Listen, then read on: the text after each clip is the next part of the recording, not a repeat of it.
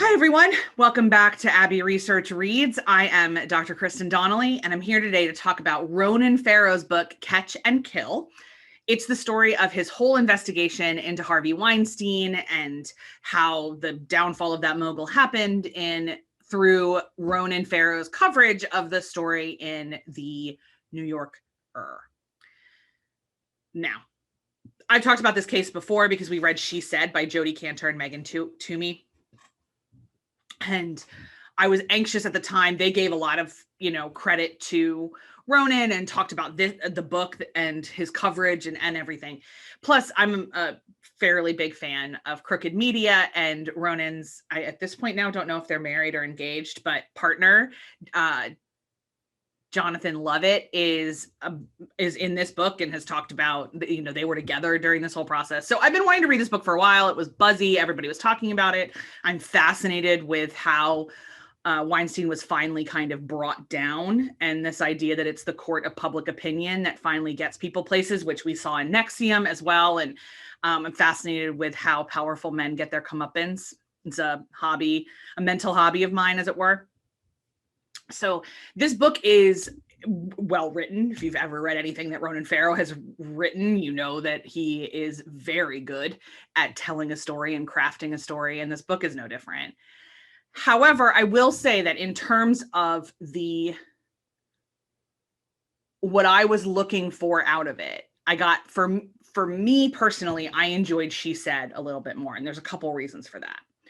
One is that there is a different tenor of a man, even a man who is a sibling of somebody who is a sexual assault survivor,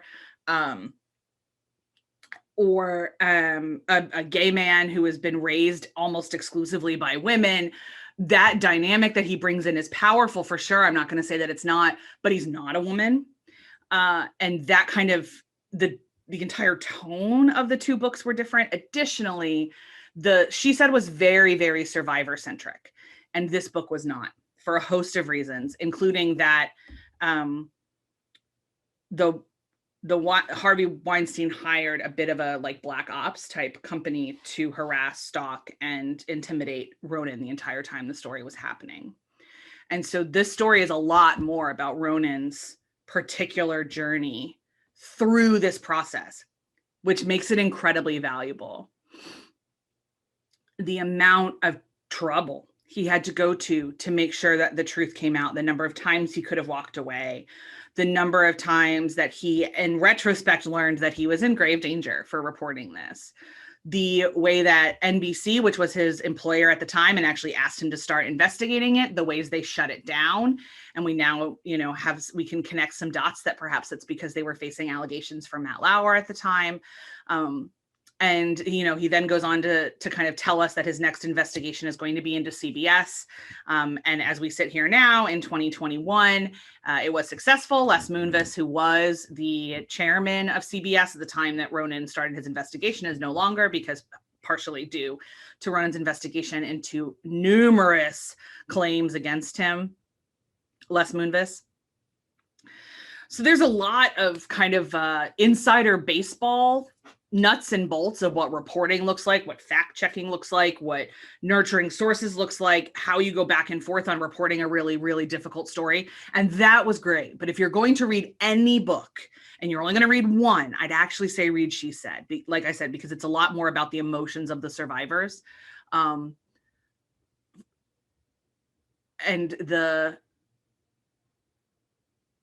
it just spends more time. There's a couple really, really great moments, and a couple really, really raw moments, and some really, really great things. But again, the focus of the book is a little bit more on the investigation than it is on the survivors. And I didn't even realize that what I wanted to hear from the most was the emotional fallout of the survivors until I read Catch and Kill.